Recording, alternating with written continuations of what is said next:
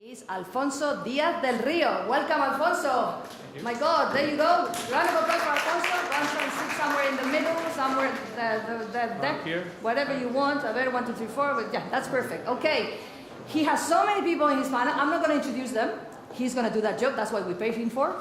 Did we you don't pay me? I didn't know that. We don't really pay him, but we give him love and friendship. So he's going to receive his panel. So come on stage, everybody. Everybody on stage. Okay. Round of applause for our 7 guests. 7.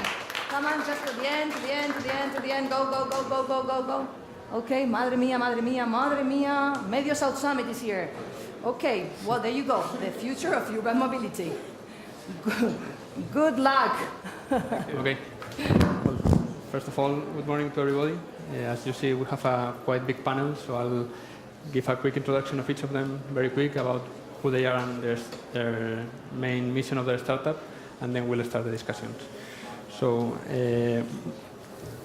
Mario Carranza, he's from Spain. He's the CEO of Amovens, the collaborative mobility Spanish startup that is revolutionizing the car industry by renting and sharing your own car. Then we have Fernando Prado, CEO and co-founder of ClickBus. He's from Brazil. And its company or its startup main mission is to be a one-stop shop for passengers to buy their bus tickets on all their main bus ticket companies. Then we have Samar Singla from India, founder and CEO of Jagnu, whose aim is to make the day-to-day life hassle-free for everybody. That's being it food, rides, groceries, vegetables, they'll get them delivered to your door anytime. Then we have Carlos Jimenez, that he has probably just speak a few minutes ago. He's from Spain, CEO and founder of Ballet, which is trying to solve the way people get in and out of the airport when they travel.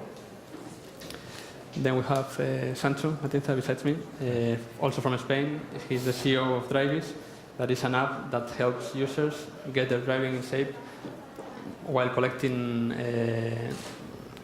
rewards in the car space.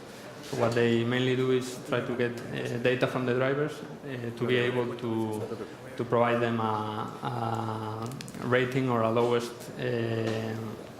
offering on discounts on their insurance. So they are trying to revolutionize the car insurance industry. Then we have Yuri Fernandez from Uber. He's the director of communications for Uber Spain and Portugal. I guess everybody knows Uber, but it's the on-demand, well-known travel app. Finally, we have Emilio from Ineco. He's a senior expert in the Ineco consultancy department. He's from Spain too, and he's a specialist in transport and mobility planning. He participated in the creation and development of the Madrid Transport Consortium, and later, as a consultant, he has led different plans for mobility and transport planning, and also for sustainable urban mobility. So, being set the panel, what we are going to be discussing, as you all know, is the future of urban mobility. How are the transportation technologies and the new trends on the new social trends going to create new business models around the collaborative and the mobility ecosystem? What are the forces that will shape this future of urban mobility? Is it going to be technology via vehicles like the autonomous or connected vehicles? Is it going to be more on the soft side regarding the apps? Is it going to be the changes in the mobility preference of the people or the citizens? Is it the sharing economy, the pay-per-use, all those things? Is it going to be the governments and regulations by different laws regarding parking enforcement, emission enforcement? Is it more on the mini jobs and how they're going to work? Is it more regarding the privacy and the personal information protection? Or is it more about capital and investment? Are there investors willing to pay and bet on the mobility? Or finally, is it the new players that are here with us today is the one that will be disrupting the mobility of the future? So these are all the questions that we're going to try to solve during today's panel. And in general terms, I would like to see what's your opinion on the future of mobility and how do you think also your startup will contribute to shape it. So I'll start by you, Mario. Your whole business model is based on the shared economy. I mean, it's either sharing a car or sharing a ride. So how do you see the sharing mobility, the sharing economy will affect the future of the mobility? Okay. ¿Se oye? ¿Se oye Can you bien? listen? So yes, basically we see three trends that are, thanks to sharing economy, evolving in mobility, and we are actually at a moment fully embracing. One is obviously an increasingly focus in sharing. People is more and more open to adopt sharing economy solutions, especially mobility. This was something that some years ago in Spain, it was something that you couldn't think about. And for example, we are really proud to say that we have more than 1 million users in Spain, when we have multiplied by 5 the size of the community in the last year. We didn't do this by being the smartest or spending the most capital, but really like putting user at the center and going crazy with user experience. I think that many companies say user is the boss and blah blah blah, but really it's difficult to do this on a daily basis and really like take risks and really sacrifice things for making users happy. The second trend we see is an integration of services. We, for example, integrate 3 services, and we started doing this 2 years ago, and to be honest, like no one really liked that. You were going to investors and they were saying, okay, so you do ride sharing, so why don't you become the best in the world doing ride sharing? And you're like, okay, I want to be the best in the world doing ride sharing, but I think I could also offer other things. And they were saying, no, you have to do only one thing. So we got to the point that we said, okay, fuck investors, let's start thinking about users and what really users want. And the reality is that in Spain there are 45 million cars in the street. That is basically more cars than people with actual jobs. That it's being parked 95% of the time. So we said, okay, why don't we build this peer-to-peer car rental platform to allow people to rent the cars when they are not using it. And also, like, Spain is the biggest rental car market in Europe, but we have an inefficient rental car service. So why don't we create a whole different experience? And right now we are the largest car rental platform, peer-to-peer, with more than 6,000 owners in the platform. But not only that, like out of the 5% of the time that the car is moving, 80% of the seats are empty. So we're still making the bet on ride sharing, and on more than 200,000 people get around the country every month, with us. And the third trend connects with our self-service. There is a dramatic decrease in car ownership. We all hear this really often, like we see in the news, like no one's going to have a car, no one's going to have a house. The reality is that we think that car ownership is going to increase by at least 80% in the next 10 years. But no one really think about a global solution, because you see all these great platforms like Yuri's Uber or many others are doing great things in big cities, but in reality, 90% of the people don't live in big cities. Like 90% of Spanish don't live in Madrid and Barcelona. So all these people actually, they need a car. They need a car, but we think that everyone needs a car, but no one should buy a car, okay? Because, I mean, the reality is that having a car has a cost during the lifetime of 45,000 euros between the purchase, cost, taxes, blah, blah, blah, no? This is 2 years working, because average annual salary in Spain is 20,000 euros. So basically you work 2 years of your life for buying a car, saying that you have a car that is great, but not using it. So what we created is a revolutionary leasing concept. It's the first private leasing concept that allows subletting. So basically what we offer to our community is the opportunity to have a car, paying a monthly fee as you pay for Netflix, Spotify, any other service. So you have a car at the door of your house, and you sublet it when you don't use it. So you can actually have a car for free. So all these things, like what we try to basically do is help people to have a better life through cars and do something leading a social revolution of the cars, basically. Thank you very much, Mario. If any one of you wants to add something on top of any of the speakers, please feel free to do so. We are a little bit of time constraint, but anyway. So Fernando, I'll follow with you. Your vision is to make travelers' life easier by aggregating all the bus ticket options under one unique platform. So how do you see the role of the aggregator apps on the future of the urban mobility? Well, ClickBus is the main online platform that congregates more than 500 bus operators in 3 big countries. We see this trend of people having less cars, but people still travel. So when they don't have a car and they need to travel in the weekends, how they do? They can travel by plane, but they also travel a lot by bus. I can tell you that the majority of the countries, like more people travel by bus than by plane. So we need to help them with that. And what we saw before founding ClickBus is that the bus traveler suffers a lot to get their tickets. Usually they go to the bus station where is a lot of lines, lack of information, so they suffer a lot to get their tickets. So we basically aggregated more than 500 companies in just one platform, so they can easily find their bus tickets in our app. It's, let's say, very normal for planes, for hotels, for rent-a-cars, but not for buses. So basically we are helping them to travel for leisure, for business, whatever, but in an easy way, let's say. So we brought the bus ecosystem to the modern life. So we really believe that people will have less car, but they need help to travel. So we put everything together and we make their life easier. So that's more or less what we are helping the passengers when they decide to travel. Thank you.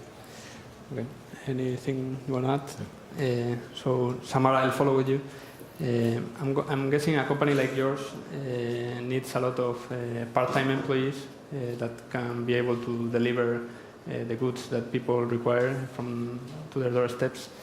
How do you think governments and laws have to evolve in the way they conceive the jobs that are today to allow companies like yours, maybe based on mini jobs, to save this urban future? Okay, thank you. So, so I have an Indian context, so I'll talk about accordingly. So there are 5 million auto rickshaw drivers in India, and about 70% of the time they're actually sitting idle. They don't really have anything to do. So because of that, after starting out as a ride-sharing platform for auto drivers, we diversified into delivery, and we realized that the peak of deliveries and the peak of rides is actually complementary. So it makes sense to use the same fleet to do deliveries as well as carry passengers, and that increased our efficiency a lot. So going one step further, as in India, like a big requirement is that the economy is growing, but not enough jobs are being created. So job creation is a big need for the economy. So we have started to do more diversification in the kind of jobs we are giving to people. So for example, KYC, cash collections, and doing small things which don't require a lot of skill from people, but are needed to be done in a real time. So we are moving in that direction. So the obvious question comes up is like, how do you deal with government policies? Because there's no real policy for a person who's doing 5 different types of jobs in a day. So the honest answer is that you ignore the rules, and when some rule is broken and somebody approaches you, and then you say, okay, we had no bad intention and we are willing to work with you. And surprisingly, this approach has worked really well in India. I don't know about Europe, so don't take any ideas, but in India it has worked really well, and people have always approached us, and we have been very open to getting their feedback and changing the way they want things to be done. And the good thing is that even the authorities and the government realizes that we are creating more jobs in the society. We are creating value for the consumer, so everybody is happy. So from that perspective, as long as you're not doing something that is making somebody angry, I think everybody is fine. And the rules essentially are written post breaking them. And whenever you break a rule, so they go back and they basically, and in fact in a lot of times they'll actually talk to us and say, okay, this is the draft, we're going to send it, do you want to kind of suggest something? And I think it's a very progressive attitude from the Indian government. So yeah, we are happy to be in India, where breaking rules is not that big a deal. I don't know if Yuri or anybody wants to say anything about it in Spain and Portugal. No, well, no, I love your approach. I mean, I think it's super smart, and it's true that we have been doing that. We copied it from you guys. I would say Uber 1.0 at the beginning of our history here. We did peer-to-peer in the very beginning, and then we got a ban. And you said something that is very interesting. Is as long as you don't make someone get angry. Yeah. And I think that this is what happened here in Portugal, and this one is the taxi industry, and that's why we are where we are, and the service that we offer in Spain is that small. Yeah. Thank you. Well, Carlos, I'll continue. Together we clarify. Together we clarify. Okay, Carlos, I know you are a very imaginative person. I've met you before, and I know you are always trying to look ways to solve people's problems. But I also know that for startups, the funding is essential. So how do you see investors positioning themselves towards mobility? Are they willing to bet on it and invest in mobility? So yeah, I think mobility is one of the hottest spots to be right now. Like everyone is trying to dip in, like investors, corporates, startups, administration, slowly, but it's coming. So yeah, it's a really good place to be. And I think that the approach it goes along very well with what Mario said before. There's 2 points. One, be super user-centric. The user has adopted the way, like, I want things like my way, not your way. And that's why whole the industry is changing. And that's why the blue dot is not coming to you. You have to go to them. And then also people is looking to not losing time and even paying a premium, and that's why all these services start jumping in. And I think that investors are seeing those trends, and I mean, we've raised already over $1 million. It's not a lot compared to the people that I have to my right, but we've raised over $1 million with almost no product, no metrics, but really with the mission and the goal to make people's life easier, which is what it is. And we've seen corporates, I mean, we're talking, we have a relationship because we're talking in other places with Ferrovial, we're talking with rent-a-cars, we're helping them with delivering last mile delivery experience to the user. We are helping insurance companies with the same. So we're seeing so many players coming in that for investors, it is the place to be. And so it's really, really chipping in. And also not only Spanish investors, but investors from all over. So we have investors from Europe and the United States. So yeah. Cool. Thank you. Interesting. So I guess one of the main points of the future is the data. No? So Sancho, being the data so critical for your business model, how do you think the data analysis is going to help change the future of mobility? And also, how are we going to be able to have some self-protection of our personal information? No? How will it be granted? So I'll keep it brief about my product and only to what it's pertinent to today. We measure people's mobility and we try to assess their driving risk in order to change car insurance. So we collect a lot of data, and data is not critical for the future. It's here today. I'm sure people around this table are making decisions based on the data they gather. But the thing is that the data you gather, you may gather for the actual purpose of what you're offering directly, or for another purpose. Waze gathers data because they can offer all of you guys a more efficient way to route the way you drive. You should use Waze. It's very effective. Car2Go or similar players gather data because their fleet is moving all the time. And they probably make decisions on where to add resources or where to grow based on that data. Data that's being gathered from different sensors is what's going to be driving the self-driven car. So data is everywhere, and it's everywhere already. But the fact that you can get a data set right now, it's very hard to share it with other people. They're currently not being shared. And the reason is you may share it in one way. You may have gathered the data for efficient routing like Waze, but then you may sell it to governments so they can choose where to develop infrastructure because they know where the traffic jams are. But the majority of cases, understanding a third-party data set is really tough. And we have a hard time understanding our own data set. So I imagine others are even harder. So if I was building infrastructure, I would want to ask Waze where to build more roads. I would like to ask Valet where to add more parking. And I would like to ask Uber where to put more public transport. Not that you would tell me, because it's not in your best interest. But this is not happening. And until this happens, you can have some interchanges and you can open up APIs. Uber does a very good job of doing that. Google Maps does a good job of doing that. But just blatantly sharing a data source is not there because there's no absolute truth, no true data source. In the future, it'll be there. And that data source is the car. The car will be connected and it'll have an operating system. We contend that the car's operating system will be one of the prevalent operating systems right now. So probably Google, iOS, maybe Microsoft has a chance, who knows. And those operating systems will expose the data to whomever the owner, probably of the car, initially chooses. The owner of the car initially may want to use that data only themselves and keep it a walled garden, but we know how that works, right? We just need to look at mobile phones and what has happened. So people will start building on top of that platform. That'll be valuable for users, and users rule. So if Mercedes breaks rank and they open up APIs to third-party providers to build services on top of that, the next one will have to break lines. So I don't think that car manufacturers will be able to keep a walled garden. And that's when you have data available to whoever wants to build a service.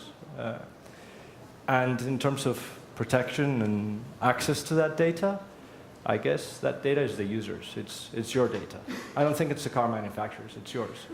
So you can choose to expose it to whoever brings value to you. In our case, we request to get access to your location data so that we can study how you drive, so we can provide you with offers that are context specific to you, and so that we can beat your price on insurance. If that is a good value proposition for you, you'll give me your data. And the same thing will happen when it's through the car. Or that's what we think. Thank you so much. Well, Yuri, I'd like to continue with you. So we've talked about the sharing economy, the ride sharing, how maybe that's the short future, but probably the long run is the autonomous vehicle and sharing autonomous vehicles. No? I know Uber has been investing quite a lot of money and time on developing technologies for those. So how close or how far are we to seeing those on the streets, and how are they going to change the way we move today? Yeah, well, thanks. First of all, I'm not a wizard, so I don't really know when we will see the autonomous vehicles here in Madrid getting around and picking us up for taking us to our destination. What I do know is that our vision for the future of mobility is kind of a road that have different stops, and today we already achieved 3 of these stops. The first one would be what we are doing in the 600 cities that we are currently operating, which is UberX, and this liquid system that is now already complementing the public transport system. So what we are doing in Paris, in London, in Mexico, in whatever other city you want to guess, is to serve this last or first mile where public transport is not available. Because at the end, public transport will always have a problem, and this is that it will not reach every single one door, so you need a car for at least getting from your door to the nearest bus station, train station, whatever. So at the end, the lack of alternative is the problem for the people that doesn't want to use their cars, but they are forced to do it. So this is complementing this kind of public transport is our first mission. Second stop is putting more people into fewer cars. And this is called Uberpool, and it's already operating in 50-something cities around the world. And this is probably the product that already have revolutionized the mobility in these cities. Because just in Paris, for example, in the 6 first months that we operate Uberpool, it saves more than 1,000 tons of emissions. Because at the end, the problem of the cities, and we were commenting that before to start, is the commute and all those cars that get into the city center with just one person driving and the rest of the seats are available. I mean, Mario already mentioned that. And Uberpool, which is a real-time, on-demand carpooling service with this super long name, what we do is to solve several problems in the same product. The third station is driverless, is autonomous vehicles. And this is not the future. This is already the present. I mean, there are 3 cities in the world where you can order an Uber and you can be picked up by an autonomous vehicle. This is a commercial product. It's not a pilot anymore. And those cities are Pittsburgh, San Francisco, and Toronto. So if you go there, you can be lucky and you can get picked up by an autonomous car. It's true, though, that there is an engineer in the other seat because regulation doesn't allow yet to have a car driving by his own. And by the way, sometimes we complain about the Spanish talent and how we are not leading the revolution of mobility. And the truth is that the person that is leading autonomous cars in Uber is a Spanish woman, is Raquel Hortasun. She's from Vizcaya, and we are very proud to say that the next big thing in mobility will come from Spanish talent. But then there is a fourth stop, which is flying cars. Flying cars, I know that they sound a lot like science fiction, like a movie, but the truth is that we already announced a product, a pilot product that will be operating in Dubai and Dallas for 2020. And those flying cars, this is the sexy name, the technical name is vertical takeoff and landing. The first presentation, it says that it will totally tackle the commute thing, and the first calculations are done in the United States. You will be able to go to from San Jose to San Francisco in 25 minutes, flying of course, and the cost is going to be kind of similar of going by car. It's going to be around $45. So at the end we cannot of course give up with the revolution, because if we don't do that, some others will. And probably the number I will put out there is the ITF, the International Transport Forum, has said, based in Lisbon, that is all the cars that today are circulating in Lisbon would be autonomous and shared. We will always need one each 10 cars that the ones that we are using today. So we need to keep on working with this. Thank you. Just one more question for you. So this flying car, is it intended for just a commute, as you said, or will it evolve to a city solution? By nature, it has to be commute because it doesn't make sense to fly from Cibeles to Santiago Bernabéu. But it's true, something probably to add to what my colleague was saying before, is that the bad news is that a lot of cities will see this revolution before than us, in Spain I mean, because our regulation is totally obsolete. So probably as Uberpool is currently operating in Paris and London, for example, and other cities, and we don't have that. When they will have driverless, we will see it from the distance, and the same thing with the flying cars. Okay. Thank you.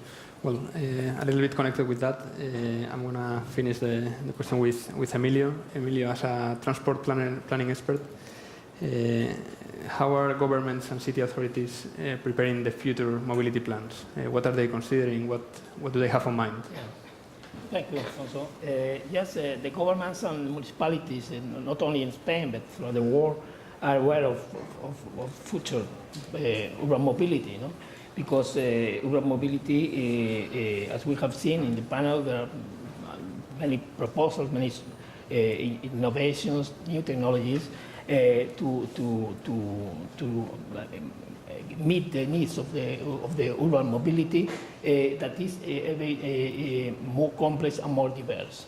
So in this point, we are considering the importance of planning. We try to explain to solve these mobility problems. Let me to mention some figures, because in the future the problem of urban mobility is expected to almost multiply by 3 in the next years.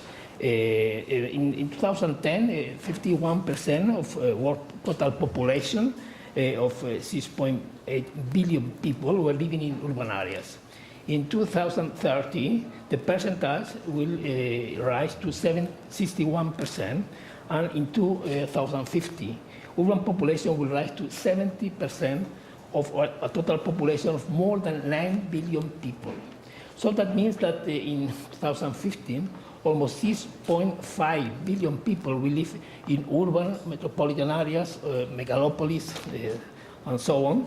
And in addition, these urban areas will account of more than 90% of GDP in the world, thus representing an enormous economic potential.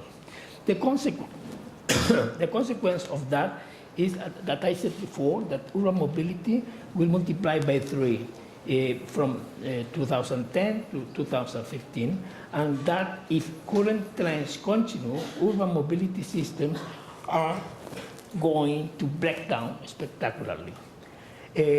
So we have the megalopolis, we have more trees, but also longer trips, and urban mobility more and more complex and diverse. So planning of transport in cities has traditionally focused to meeting the increasing mobility needs of population.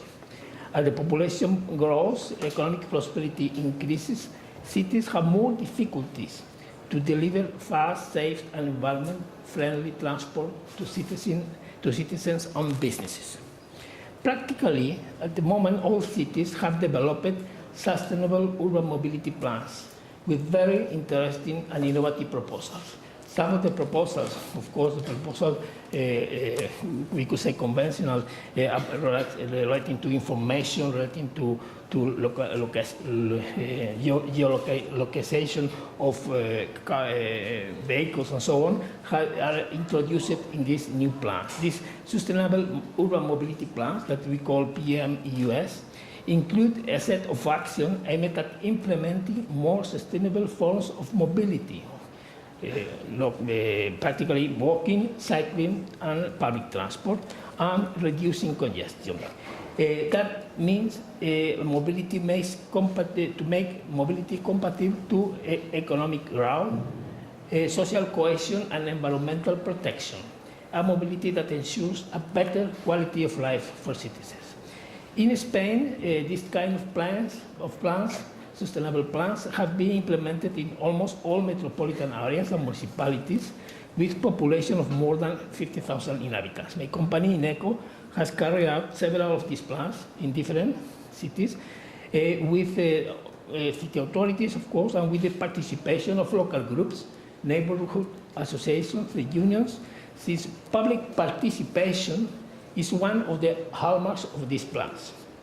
According to our experience, there are many examples of good practices which include the application of new technologies and innovations to implement effective and sustainable mobility solutions. For example, real-time information systems to improve public transport, information about waiting times of buses at bus stops, to relieve traffic congestion, giving information about the areas congested, to inform about the availability of places in car parkings, or also new technologies applied to ticketing systems or the use of rental bicycles, or to hire transport or taxis on demand.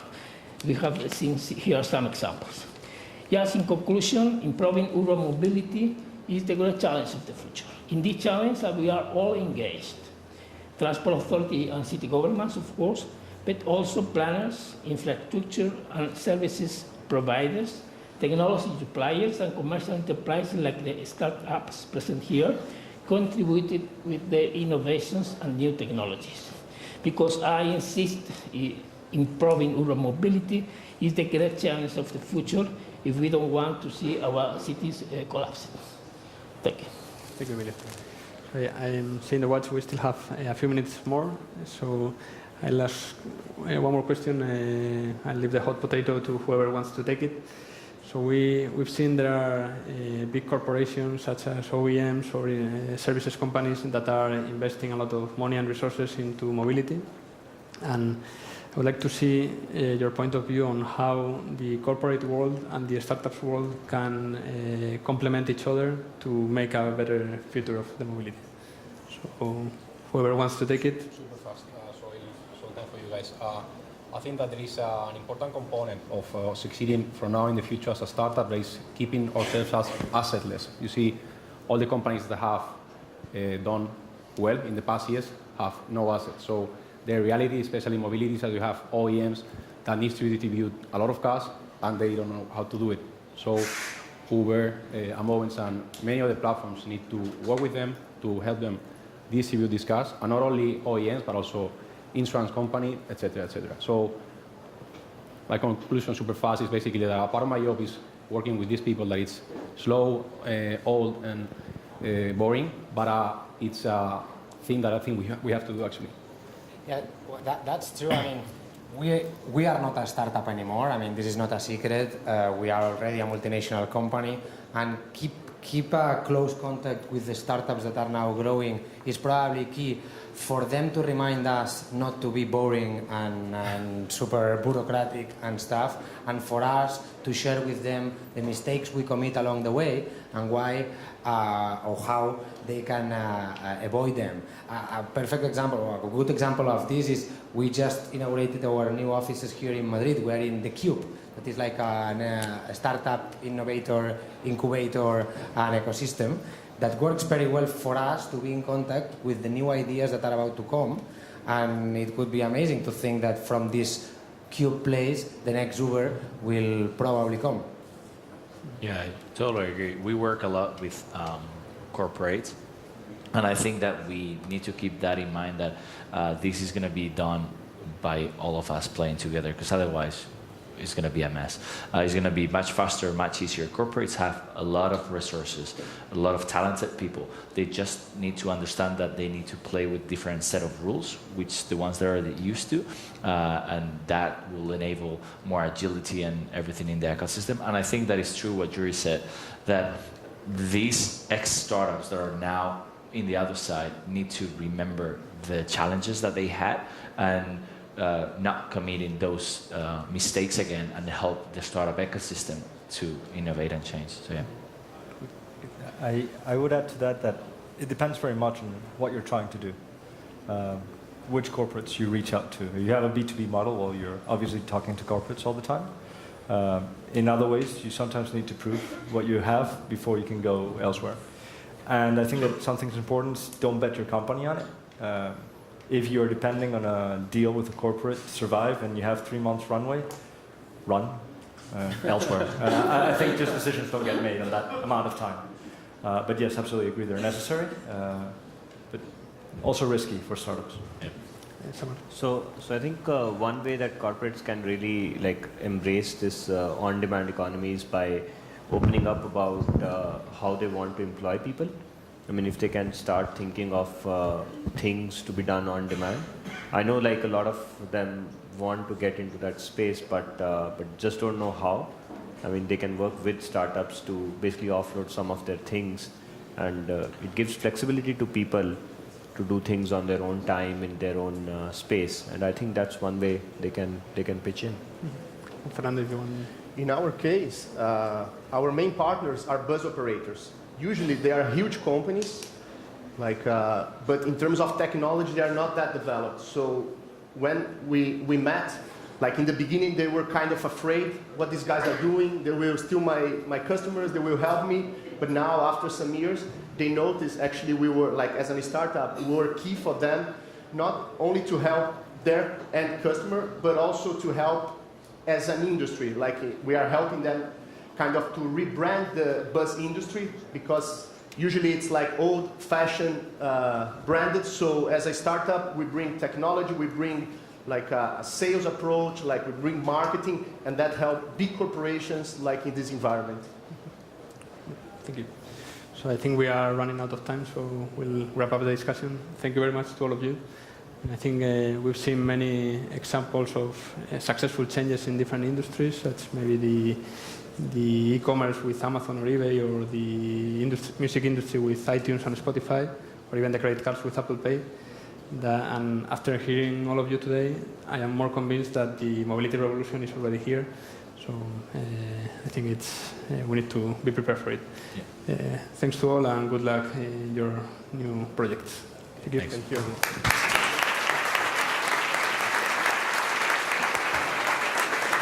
Thank you.